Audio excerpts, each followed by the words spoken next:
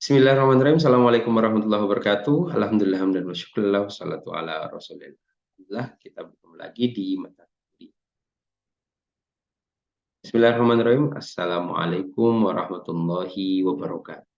Alhamdulillah hamdan wa syukurillah wassalatu ala rasulillah. Alhamdulillah teman-teman, hari ini kita akan menjelaskan terkait mata kuliah yang akan kita pelajari bersama selama satu semester, yaitu mata kuliah Islamic e-Business. Maka pada pertemuan kali ini izinkan saya Reza Fergiawan untuk menjelaskan apa dan bagaimana proses mata kuliah ini berjalan selama satu semester. Izinkan saya menjelaskan yang pertama terkait identitas mata kuliah. Sesuai namanya, teman-teman juga sudah tahu ketika KIN dilaksanakan bahwa mata kuliah ini merupakan mata kuliah Islamic e-Business. Merupakan mata kuliah Fakultas Ilmu Agama Islam, program studi Ekonomi Islam. Bobot mata kuliah ini yaitu sebanyak 3 SKS. Maka jika kita mengikuti aturan dikti yang lama, 3 SKS itu adalah 50 per 1 SKS itu 50 menit jadwal tatap muka, 60 menit itu penugasan, dan 60 menit itu aktivitas pembelajaran mandiri. Maka itu dikalikan banyak 3 SKS dalam sepekan. Mata kuliah ini juga merupakan mata kuliah kelompok program studi yang wajib diambil dan terbatas. Maksudnya terbatas itu terbatas untuk peminatan tertentu. Sebagaimana kita ketahui di program studi kita ada 3 peminatan. Nah, mata kuliah ini wajib diambil khusus bagi teman-teman yang mengambil peminatan bisnis Islam. Mata kuliah ini juga diperuntukkan untuk mahasiswa semester 7 pada umumnya, tapi mungkin ada mahasiswa yang semester 5 sudah mengambil atau yang mengulang dari semester yang sebelumnya. Mata kuliah ini juga merupakan mata kuliah terbatas untuk program studi ekonomi Islam. Jadi mata kuliah ini belum sifat terbuka untuk mahasiswa dari program studi lain. Metodenya ada online, ada offline, ada juga pertemuan luring, ada daring, ada juga di kelas dan online. Media yang kita gunakan campur atau blended, bisa menggunakan online, bisa menggunakan media offline. Rumpun mata kuliah ini merupakan mata kuliah konsentrasi bisnis Islam atau K3 dengan prasyarat fikih muamalah. Artinya, teman-teman yang mengambil mata kuliah ini harus sudah lulus di mata kuliah fikih muamalah. Jika sudah lulus di mata kuliah fikih muamalah, maka bisa mengambil mata kuliah ini. Dosen pengampunya saya sendiri, Reza Fergiawan. Mata kuliah ini merupakan mata kuliah baru yang telah diramu dan diperbarui dalam kurikulum Merdeka Belajar yang disusun oleh program studi ekonomi Islam untuk mahasiswa semester 7 dengan bobot 7 SKS. Beberapa banyak pembahasan dan tujuan yang akan kita pelajari bersama di dalam mata kuliah ini.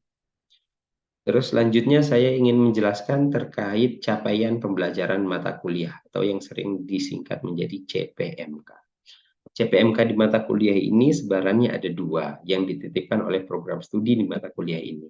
Yang pertama, rumusan CPL-nya, capaian pembelajaran lulusannya adalah menguasai langkah-langkah mengidentifikasi ragam upaya wirausaha yang bercirikan inovasi dan kemandirian yang berlandaskan etika Islam, keilmuan, profesional, dan kearifan lokal. Dan rumusan CPMK-nya yang pertama yaitu mahasiswa memahami peran penting inovasi dalam lembaga bisnis dan wirausaha yang diterapkan dalam bentuk inovasi produk dan inovasi proses transaksi bisnis Islam. Di dalam rumusan CPMK ini terdapat beberapa sub CP atau capaian pembelajaran yang juga sudah kita rumuskan bersama. Yang pertama yaitu mengenali Islamic e-Business, pendahuluan sejarah dan perkembangannya, nanti juga kita akan jelaskan di pembahasan mata kuliah kita. Dari rumusan capaian pembelajaran mata kuliah itu ada indikator kelulusan capaian pembelajaran. Indikatornya yaitu setelah menyelesaikan mata kuliah ini, mahasiswa itu dapat menjelaskan tentang pentingnya inovasi dalam bisnis dan wirausaha yang diterapkan dalam bentuk inovasi produk dan sistem transaksi bisnis Islam. Jadi teman-teman, jika teman-teman sudah lulus dari mata kuliah ini, tujuannya, indikatornya, itu adalah teman-teman bisa menjelaskan tentang pentingnya inovasi dalam lingkup bisnis. Nah, bobot untuk CPMK ini adalah 50%. Karena kita punya 2 CPMK, maka bobot CPMK yang pertama ini sebanyak 50%. Penugasannya, asesmennya, penilaiannya nanti bentuknya seperti apa? Ada yang sifatnya diskusi, ada yang sifatnya tanya jawab di kelas, ada juga yang sifatnya penugasan. Nah, untuk capaian pembelajaran mata kuliah yang kedua atau CPMK 2, yaitu mahasiswa dapat menerapkan rekayasa teknologi dalam transaksi bisnis Islam. Indikatornya adalah setelah menyelesaikan kuliah ini, mahasiswa dapat mempraktekkan rekayasa teknologi dalam transaksi bisnis Islam. Jadi teman-teman nanti tidak hanya teori, tapi harus juga langsung praktek dalam mata kuliah ini. Nanti untuk penugasannya ada ujian praktek, presentasi, dan praktik secara langsung. Bobotnya juga sama 50% seperti CPMK yang pertama. Nah, bagaimana saja aktivitas pembelajaran yang akan kita laksanakan pada mata kuliah ini? Yang pertama, pada pertemuan pertama kita akan melakukan pendahuluan terkait permasalahan-permasalahan dalam Islamic e-Business dan juga menyepakati learning contract atau kontrak pembelajaran kesepakatan yang akan kita sepakati bersama terkait proses pembelajaran kita selama 1 semester. Makanya nanti ketika pertemuan pertama, saya sebagai dosen pengampu akan memberikan gambaran terkait hal-hal yang kita sepakati, hal-hal yang harus kita lakukan bersama seperti penilaian, peraturan-peraturan yang kita patuhi bersama, keterlambatan, konsekuensi dari kehadiran, dan lain sebagainya. Maka penugasannya bentuknya nanti akan beragam. Seperti yang pertama ini kita akan mendiskusikan peraturan-peraturan perkuliahan seperti tidak boleh maksimal toleransi keterlambatan adalah 10 menit sampai 15 menit. Untuk minimal kehadiran itu adalah 75%. Lalu bobot penilaian juga akan seperti itu. Nah, hal itu nanti kita akan sepakati di kontrak pembelajaran. Jadi teman-teman juga harus menyepakati atau melaksanakan hal-hal yang sudah kita sepakati bersama di dalam proses pembelajaran ini.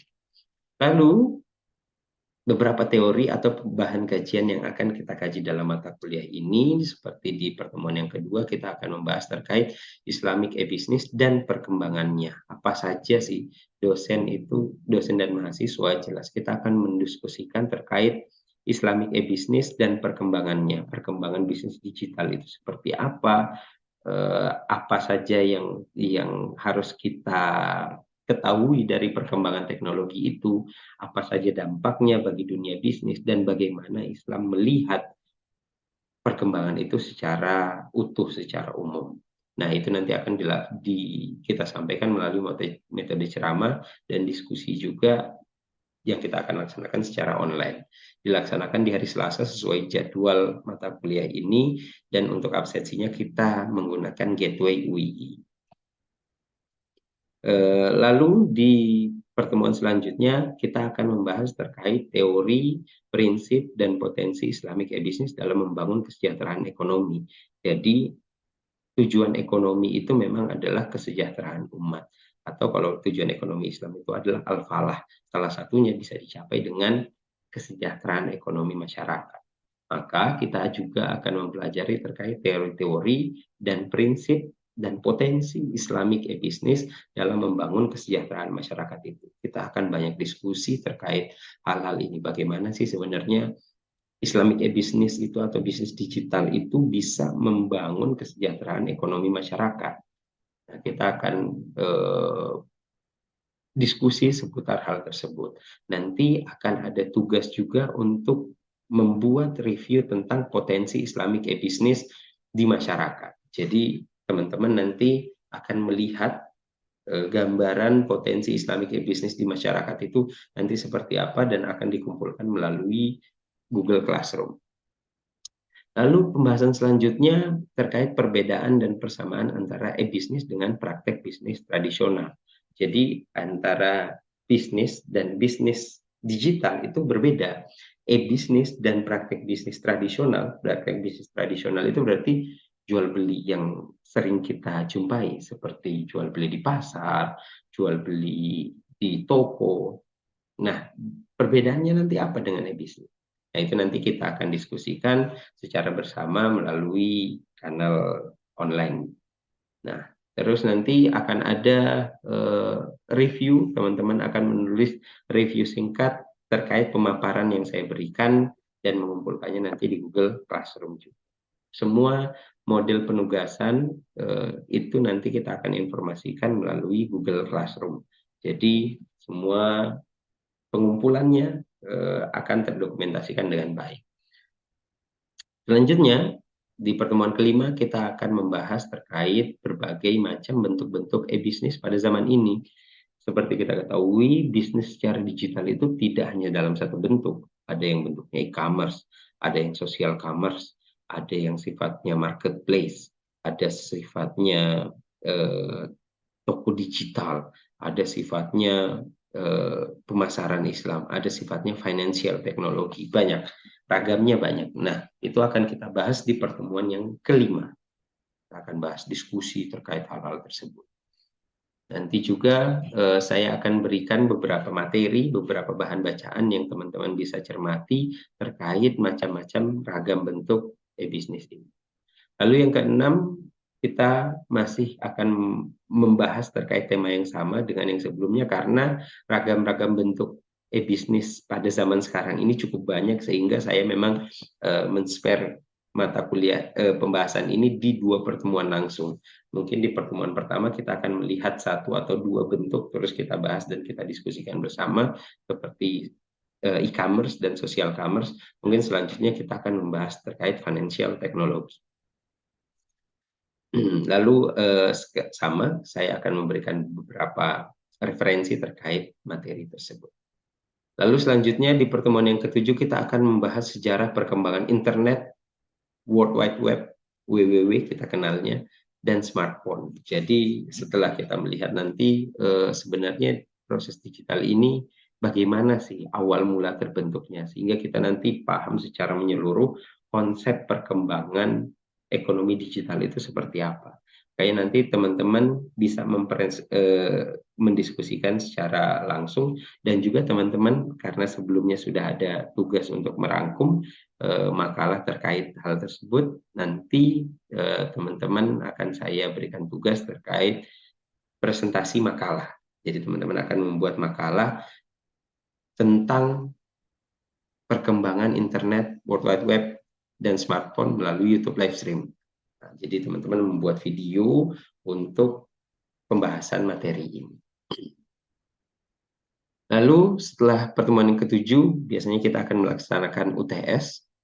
UTS nanti kita akan laksanakan sesuai informasi yang sudah kita sepakati dalam pelaksanaan UTS. Lalu setelah UTS kita akan lanjut ke pertemuan yang ke-8 terkait gambaran peta ekonomi digital di Indonesia dan peran pemerintah dalam mengawal perkembangan bisnis digital. Bagaimana saja upaya-upaya pemerintah dalam hal tersebut. Lalu di pertemuan selanjutnya kita juga akan membahas terkait sistem e-procurement dalam dunia bisnis. Jadi pengadaan barang itu ada mekanisme tertentunya juga dalam dunia bisnis. Lalu dalam pertemuan ke-10 kita akan membahas terkait akad-akad dan sistem e-payment dalam dunia bisnis. Saya yakin teman-teman sudah lulus juga dalam mata kuliah fikih muamalah, jadi teman-teman saya yakin sudah cukup relate dengan pembahasan terkait akad-akad. Tapi di sini kita akan spesifik di akad-akad yang ada di sistem e-payment seperti GoPay, ShopeePay, dan lain-lain.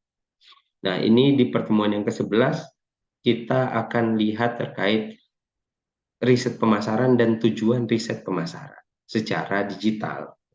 Karena perkembangan bisnis digital, sekarang kita melihat riset pemasaran itu sudah semakin berkembang. Lalu di pertemuan 12 kita akan melihat marketing bisnis dalam pandangan Islam. Sebenarnya di perkembangan marketing secara umum ini, Islam bagaimana sih melihat pola marketing atau pola pemasaran dalam bisnis. Lalu yang ke-13, penerapan penggunaan bisnis dalam bisnis digital. Nanti teman-teman akan praktek sesuai dengan CPMK yang kedua tadi. Teman-teman tidak hanya dapat teori, tapi langsung praktek. Jadi dosen dan mahasiswa mempraktekkan tentang penerapan penggunaan internet marketing dalam bisnis Islam. Kita nanti akan sama-sama praktek, kita akan coba langsung bagaimana proses pengiklanan melalui eh, aplikasi-aplikasi digital seperti Facebook Ads atau Shopee Ads dan lain-lain. Dan yang keempat juga penguatan terkait Islamic e-business, dosen dan mahasiswa kita akan melakukan company visit kepada perusahaan pegiat fintech yang juga sudah bekerja sama dengan program studi seperti perusahaan-perusahaan di jasa keuangan, ada beberapa yang sudah MOU dengan program studi, nanti kita akan melakukan company visit, jadi teman-teman bisa melihat secara langsung dan juga bisa melakukan praktek secara langsung. Nah, untuk sistem penilaian, teman-teman, ini yang sudah ditetapkan oleh universitas juga, penilaian kita menggunakan PAP, penilaian acuan patokan, sesuai dengan aturan penilaian yang telah ditetapkan Universitas Islam Indonesia. Rentang nilainya seperti ini, dari A sampai D. D itu 2, kalau Anda tidak masuk sama sekali biasanya E. A itu di 3,65, dan seterusnya, dan seterusnya. Sistem evaluasi kita, teman-teman, minimal harus meraih predikat nilai C untuk bisa lulus dari mata kuliah ini untuk masing-masing CPMK. Kita punya 2 CPMK, jadi masing-masing CPMK itu teman-teman harus lulus minimal nilai C. Jika belum memenuhi, maka mahasiswa wajib melakukan ujian atau penugasan perbaikan nilai untuk CPMK terkait. Ini beberapa bahan kajian yang bisa bahan kajian yang akan kita bahas dan juga referensinya. Bahan kajiannya tadi sebenarnya secara umum sudah kita sampaikan secara rinci. Ini secara umumnya ada terkait e-business dan e-commerce dalam praktek bisnis Islam. Ada juga terkait transformasi teknologi digitalisasi internet Android, ada e-procurement dan e-payment, riset pasar dan internet marketing, dan peranti software dalam e-business mutakhir, yaitu praktek-praktek pemasaran tadi, marketing. Beberapa referensi yang bisa teman-teman jadikan bahan acuan juga untuk mata kuliah ini, dan juga beberapa filenya nanti akan saya share di Google Classroom. Yang pertama ada buku e-business fundamental karya Jackson dan Harris tahun 2023. Ini juga salah satu buku yang sering dijadikan rujukan jika membahas terkait e-business. Juga ada e-commerce strategi, ada e-commerce dengan sistem jumlah, ada e-business e-commerce managing value chain, dan lain. Juga ada bukunya yang belum saya tulis di sini, dan nanti saya akan bagikan beberapa rujukannya dan filenya gitu. Ada buku Fikih Muamalah Kontemporer yang dikarang oleh Dr. Oni Sahroni, itu juga nanti akan kita gunakan sebagai acuan di mata kuliah ini. Juga saya sudah membuatkan beberapa penjelasan terkait mata kuliah, materi-materi yang ada di mata kuliah ini terkait e-business, e-procurement, marketing, dan e-payment. Semua materi nanti teman-teman bisa cermati untuk dijadikan referensi tambahan ketika mengikuti perkuliahan. Saya rasa itu saja terkait penjelasan mata kuliah ini. Saya secara pribadi berharap agar mata kuliah ini bisa bermanfaat bagi teman-teman, bagi kita semua, dan teman-teman bisa mengikuti mata kuliah ini secara lancar, secara baik, tanpa kendala apa. Bismillahirrahmanirrahim. Assalamualaikum warahmatullahi wabarakatuh. Alhamdulillah, alhamdulillah, syukurillah, wassalatu ala rasulillah. Alhamdulillah hari ini kita bertemu kembali di mata kuliah Islamic e-business. Ini adalah pertemuan kita yang kedua setelah pertemuan pertama. Kemarin kita menyepakati beberapa kontrak belajar terkait materi-materi yang akan disampaikan dan konsep penilaian yang ada di mata kuliah Islamic e-business ini. Teman-teman semua gimana kabarnya, sehat? Alhamdulillah sehat. Alhamdulillah sehat. Pertemuan kedua ini kita akan membahas beberapa materi terkait Islamic e-business, mengapa Islamic e-business itu penting, apa saja, dan kaidah-kaidah apa saja yang ada di dalam Islamic e-business itu sendiri. Saya yakin teman-teman juga sudah sangat familiar dengan yang namanya bisnis. Mata kuliah ini bukan menjadi mata kuliah pertama teman-teman dalam mempelajari bisnis. Saya yakin sudah ada beberapa mata kuliah lain terkait kewirausahaan, terkait manajemen bisnis, terkait pemasaran juga. Namun di sini kita akan fokus pada pembahasan terkait bisnis secara elektronik atau yang biasa disebut sebagai e-bisnis dalam kerangka Islami. Let's say kenapa bisnis atau e-bisnis itu menjadi penting ya. Kenapa itu menjadi penting? Ada banyak hal. Salah satunya teman-teman tahu ini. Ada yang tahu Mangga 2 dulu? Ada yang dari Jakarta mungkin? Atau ada yang pernah belanja di Mangga 2? Ada, Pak. Ada. Mas Rizal pernah ke Mangga 2. Nah, atau Mas Nanda. Mangga 2 itu dulu sebelum zaman digital adalah tempat yang sangat terkenal untuk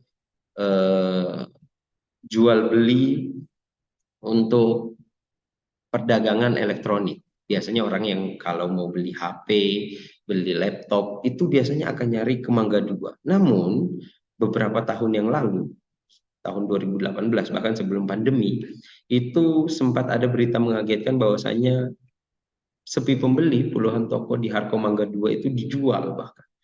Dulu Mangga 2 itu sangat besar namanya untuk keperluan elektronik. Jadi memang kalau sudah membahas elektronik biasa rujukan orang-orang itu langsung ke Mangga 2. Namun perkembangan teknologi semakin maju, akhirnya toko-toko yang ada di sana itu banyak yang tutup. Dan tidak hanya itu, ada berita lain juga. Seperti ini. Wah, teman-teman saya yakin sudah sangat sering belanja di Matahari. Matahari Department Store tutup gerai di Taman Anggrek dan Lombok.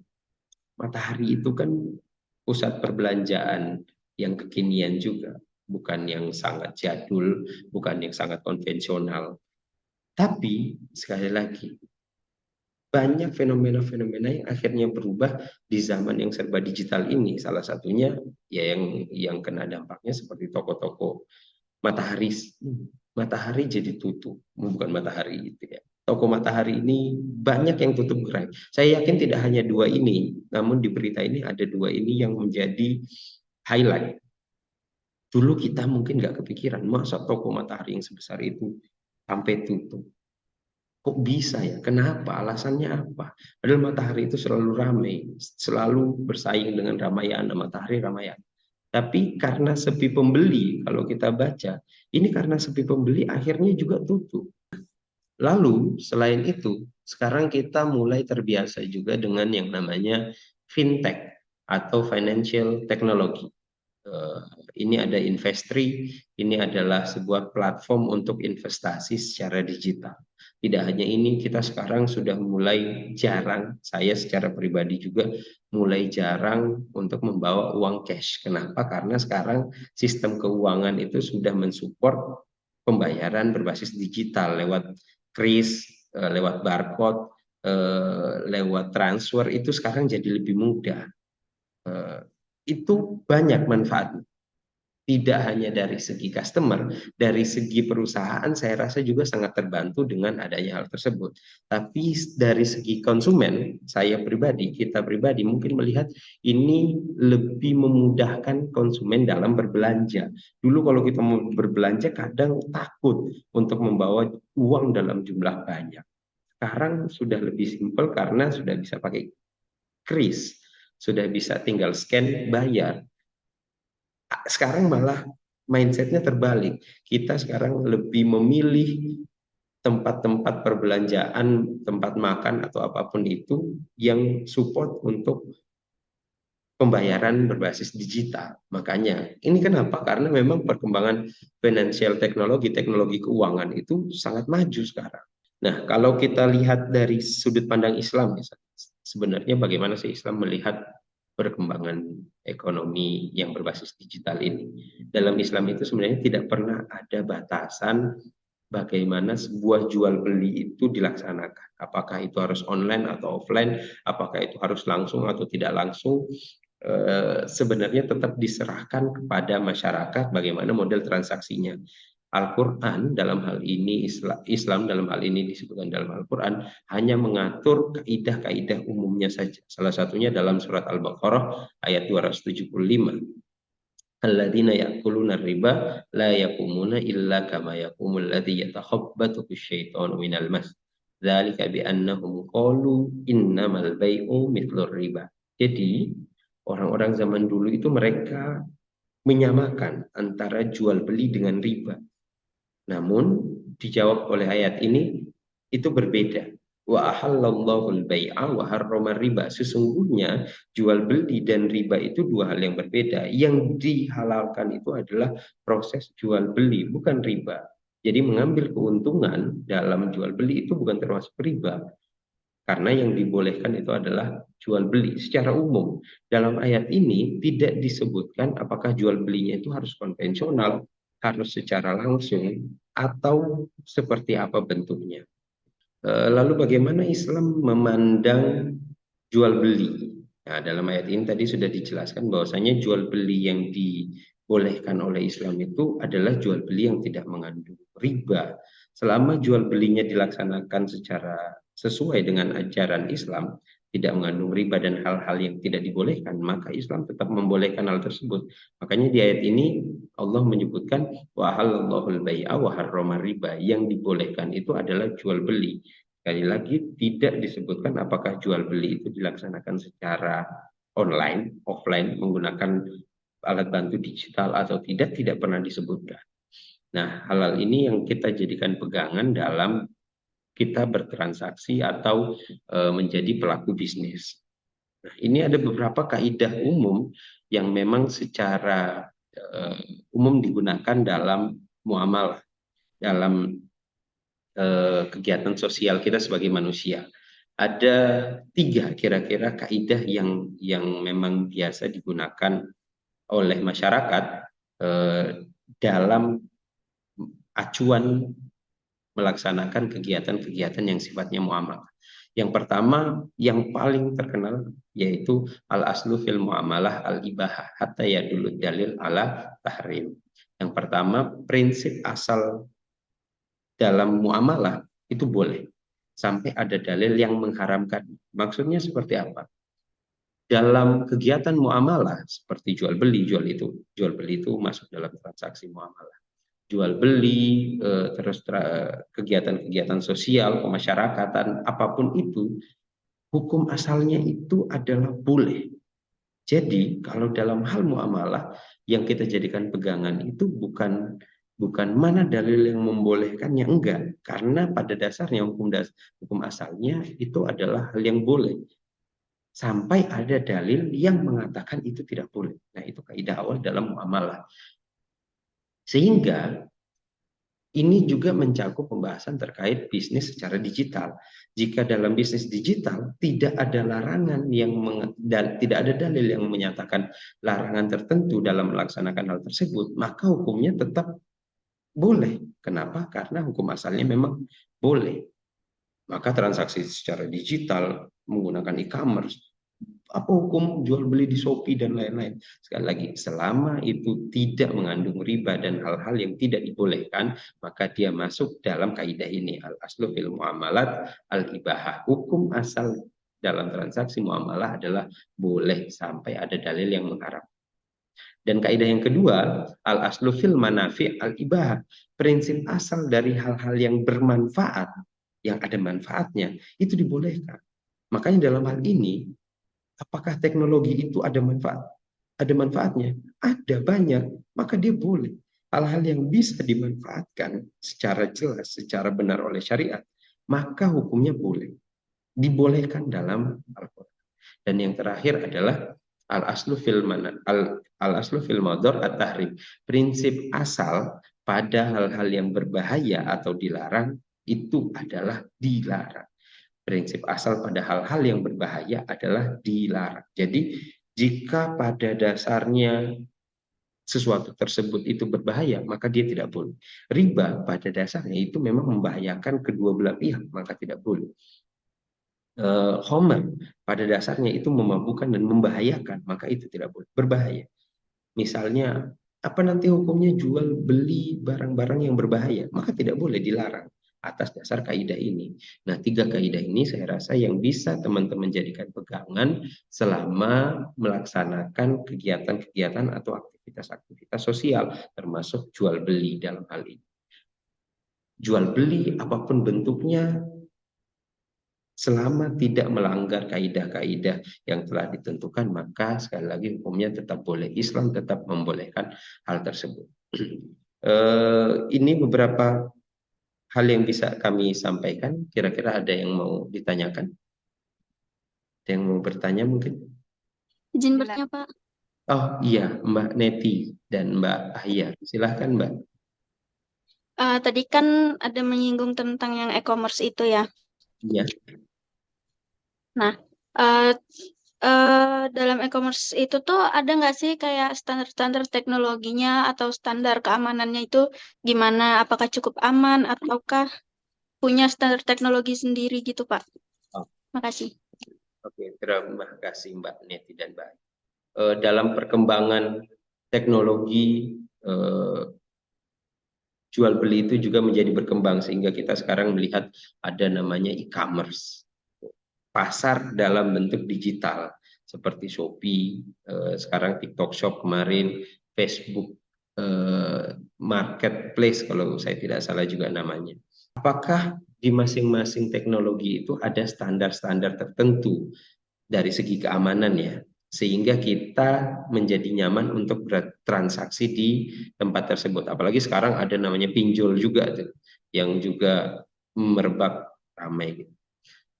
Pada dasarnya begini Mbak, segala hal itu harus bermanfaat untuk kedua belah pihak, baik si pembeli maupun si penjual. Jika ada hal-hal yang membahayakan, termasuk unsur keamanan, maka itu tidak boleh. Lalu bagaimana kita bisa memastikan membuat standar bahwasanya sebuah e-commerce itu aman? Paling gampang, kita melihat apakah e-commerce tersebut sudah tersertifikasi oleh OJK. Dalam hal ini, OJK menjadi semacam koridor awal kita menyaring e-commerce tersebut, mana yang aman digunakan untuk transaksi, mana yang tidak. Makanya jika ada aplikasi-aplikasi yang sepertinya belum diawasi atau belum disetujui oleh OJK, kita mungkin lebih menjaga diri ya untuk tidak melakukan transaksi di platform-platform seperti itu. Kenapa? Karena ketika nanti ada hal-hal yang tidak diinginkan terjadi, tidak ada lembaga yang mengawasi. Tapi jika OJK sudah mengawasi, insya Allah OJK itu cukup kredibel untuk melakukan pengawasan terhadap e-commerce tersebut. Seperti itu mungkin Mbak Neti ya dan Mbak Ai. Lanjutnya masih ada? Izin bertanya Pak, Oh iya, Mas Wahyudi. Silahkan Mas Wahyudi. kata Bapak kan tadi penjual itu harus mengikuti perkembangan. Terus sekarang-sekarang ini ada berita TikTok Shop mau ditutup. Salah satu akibatnya gara-gara protes dari pelaku usaha di Tanah Abang yang mengalami penurunan. Ya. Oke, terima kasih Mas Wahyudi. Memang ini salah satu isu yang cukup ramai sekarang. TikTok Shop dibatasi oleh pemerintah untuk berjualan, sehingga mereka hanya sebagai social commerce. Ya, jadi mereka cuman untuk memasarkan produk-produk UMKM, tidak ikut jualan. Saya rasa begini, kebijakan yang diambil pemerintah itu memang harus seperti itu. Kenapa harus seperti itu? Karena ada kaidah yang mengatakan seperti ini, tasarruful imam ala ra'iyah manutun bil maslahah. Bahwasanya kebijakan seorang pimpinan, seorang amir, seorang penguasa itu diambil harus atas dasar maslahat. Jika maslahatnya lebih besar, maka kebijakan itu harus diambil, walaupun pasti ada madorot yang lain. Tapi dalam hal ini pemerintah selaku imam, selaku penguasa, selaku pemimpin itu mengambil kebijakan membatasi TikTok Shop untuk berjualan. Kenapa? Karena melihat mungkin masalahnya jadi lebih besar jika TikTok Shop dibatasi atau yang serupa dibatasi. Ini menjadi daya dorong tersendiri untuk pertumbuhan UMKM kita di Indonesia. Seperti kita tahu, UMKM di Indonesia itu sangat besar. Penyerapan tenaga kerjanya juga sangat banyak. Maka kebijakan itu saya rasa sudah melalui berbagai kajian. Walaupun sekali lagi, semua kebijakan itu pasti akan ada plus minusnya. Kita tidak bisa bilang itu adalah sebuah kebijakan yang baik untuk semua pihak, jelas tidak. Tapi dalam hal ini, kebijakan yang diambil itu yang paling maslahat untuk perkembangan UMKM. Karena UMKM kita dengan adanya TikTok Shop itu kan mereka semacam bakar duit ya. Bahasa orang sekarang itu bakar duit, mereka jor-joran melakukan investasi di bagian marketing, pemasaran, memberikan diskon, gratis ongkir, dan lain-lain, dan hal itu sangat merugikan bagi UMKM. Jadi kan UMKM ketika mau berusaha bersaing dengan pemain-pemain besar seperti TikTok Shop itu memang agak kesusahan. Maka dalam hal ini pemerintah melihat harus ada kebijakan yang pro kepada UMKM. Saya rasa seperti itu mungkin Mas Wahyudi. Intinya apapun kebijakannya itu yang diambil pemerintah, kaidahnya adalah harus berbasis maslahat, harus berbasis keuntungan banyak pihak. Ya, tidak hanya sebagian pihak atau sebagian pihak-pihak tertentu, golongan-golongan tertentu.